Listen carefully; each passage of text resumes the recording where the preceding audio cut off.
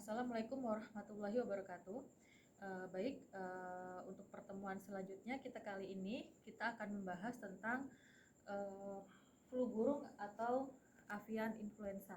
Ya. Nah, untuk pengertiannya sendiri, avian influenza atau AI itu adalah flu burung jenis penyakit menular yang disebabkan oleh agen virus A atau H5N1 atau virus A H7N9 dan biasanya menular melalui unggas. Nah, untuk virus A H5N1 atau virus A H7N9 ini merupakan dua jenis virus influenza yang dapat menyebabkan potensi pandemi. Karena kedua virus ini dapat beredar luas di beberapa populasi unggas.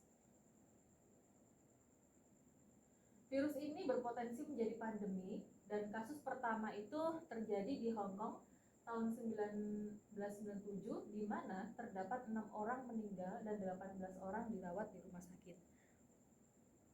Nah, untuk agennya, untuk virus ini adalah tergolong dari famili Orthomyxoviridae dengan genus yang terdiri dari 3 tipe, yaitu A, B, dan C. Virus influenza tipe A. Untuk virus tipe A ini memiliki paling banyak subtipe, yaitu HA atau H16 dan NA-N9.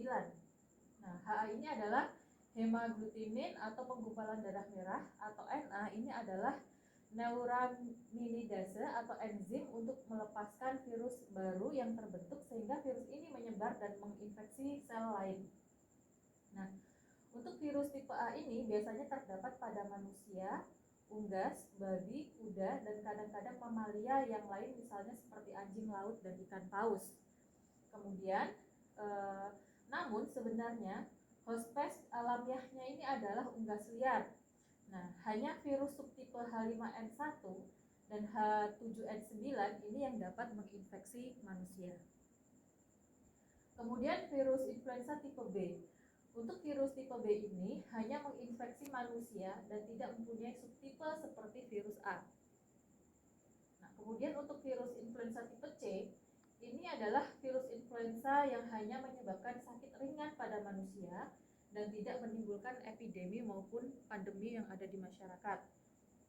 Nah, untuk hostnya sendiri ini adalah burung.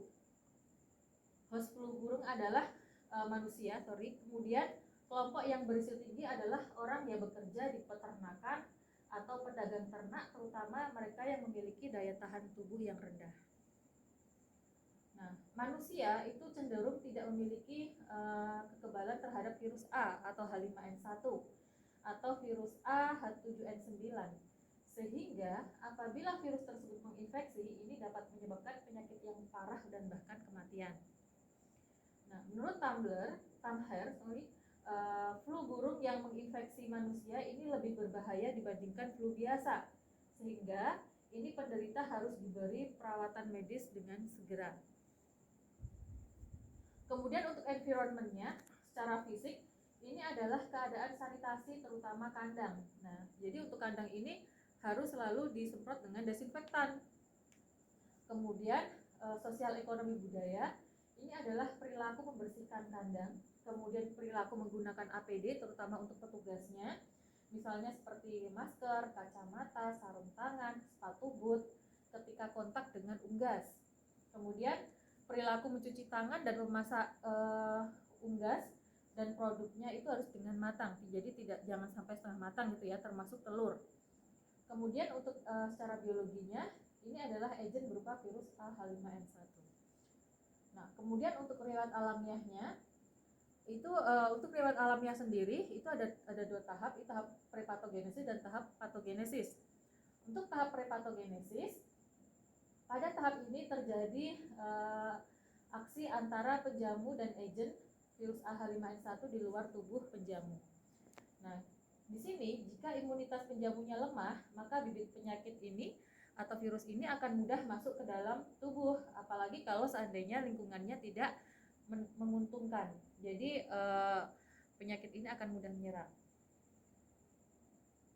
Kemudian kalau tahap patogenesis, virus H5N1 ini mempunyai masa inkubasi sekitar 2-8 hari, bahkan bisa selama 17 hari. Nah, masa inkubasi 7 hari ini dapat digunakan untuk investigasi lapangan dan memantau kontak pasien. Jadi bisa dengan cara melihat bagaimana sih keadaan kandangnya, apakah selalu menggunakan desinfektan atau tidak, seperti itu. Nah, gejala awal yang timbul ini berupa demam tinggi dengan suhu lebih dari 38 derajat Celcius dan gejala seperti influenza pada biasanya seperti batuk dan radang tenggorokan. Selanjutnya, untuk gejala yang lebih berat, ini bisa terjadi pengembangan saluran pernapasan bawah, kemudian gangguan pernapasan, suara serak, suara berderak ketika menghirup, kemudian ada hipoksemia atau kekurangan oksigen, kemudian disfungsi organ dan infeksi sekunder bakteri dan jamur. Nah, untuk gejala gangguan pernapasan ini disebabkan oleh karena meningkatnya kadar CO2 dalam darah sehingga virus A atau H5N1 ini menyerang paru-paru sehingga timbul pneumonia. Nah, pada tahap akhir dari perjalanan flu burung ini adalah pasien dapat sembuh dengan cacat atau meninggal. Nah, untuk penularannya bagaimana? Untuk penularannya sendiri karena adanya kontak langsung dengan unggas, yaitu yang terinfeksi dengan virus H5N1. Kemudian bisa dari benda yang telah terkontaminasi kotoran unggas yang terinfeksi. Selanjutnya bisa risiko tinggi pada proses penyembelihan, pencabutan bulu, pemotongan, dan persiapan unggas untuk dimasak. Nah, saat ini belum ada bukti yang menunjukkan bahwa virus H5N1 ini dan H7N9 ini dapat ditularkan melalui daging unggas yang tidak dimasak dengan matang. Namun, WHO sendiri menganjurkan agar daging unggas dan produknya itu untuk dimasak dengan matang, jangan sampai setengah matang gitu ya. Apalagi ini kan rawan juga buat ibu hamil. Jadi lebih baik makanlah makanan yang dimasak dengan matang. Nah, kemudian untuk pencegahannya, untuk pencegahan primer ini bisa dilakukan dengan melakukan promosi kesehatan, misalnya penyuluhan kesehatan tentang flu burung, kemudian menghindari kontak langsung dengan unggas dan produknya yang sedang terinfeksi virus H5N1, kemudian menggunakan APD seperti masker, kacamata, sarung tangan, sepatu boot ketika kontak dengan unggas. Kemudian melakukan isolasi dan tindakan pemeliharaan pitik atau unggas yang terinfeksi bersama ayam atau unggas yang lainnya berada dalam satu kandang. Jadi kalau seandainya ada unggas atau yang terinfeksi itu harus segera dipisahkan dari unggas yang sehat gitu ya. Nah, kemudian kandang unggas ini harus berjarak 25 meter dari rumah dan membersihkan kandang secara berkala dengan desinfektan. Dan petugas pembersihnya juga harus selalu menggunakan APD. Kemudian melaksanakan PHBS, salah satunya adalah cuci tangan menggunakan sabun apabila sudah kontak dengan unggas. Kemudian memasak unggas dan produknya dengan benar dan matang. Nah, kemudian kalau pencegahan sekunder ini bisa dilakukan dengan screening atau deteksi dini pada hewan-hewan gitu ya. Dengan unggas-unggas yang kira-kira kalau dia mengalami sakit, nah itu harus segera ditangani. Kemudian pengobatan dan perawatan tepat waktu. Kemudian pemeriksaan radiologis paru dan diagnosis laboratorium, misalnya seperti pemeriksaan deteksi antigen dengan uji imunofluoresensi ELISA dan ELISA. Kemudian pengobatan dengan obat antivirus terutama oseltamivir ini untuk mengurangi durasi replika virus.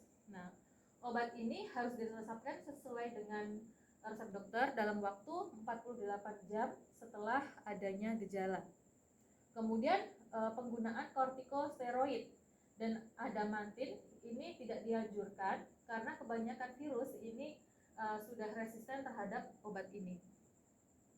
Nah, kemudian kalau keadaan pasiennya terus memburuk, maka perlu dipasang alat ventilator supaya pernapasannya lebih lancar. Kemudian pencegahan secara tersier Ini dilakukan pada tahap patogenesis, yaitu bisa dengan terapi dan rehabilitasi terhadap penderita. Nah, daftar pustakanya saya ambil dari Rajimah. Baik, sampai di sini presentasinya saya ucapkan wassalamualaikum warahmatullahi wabarakatuh.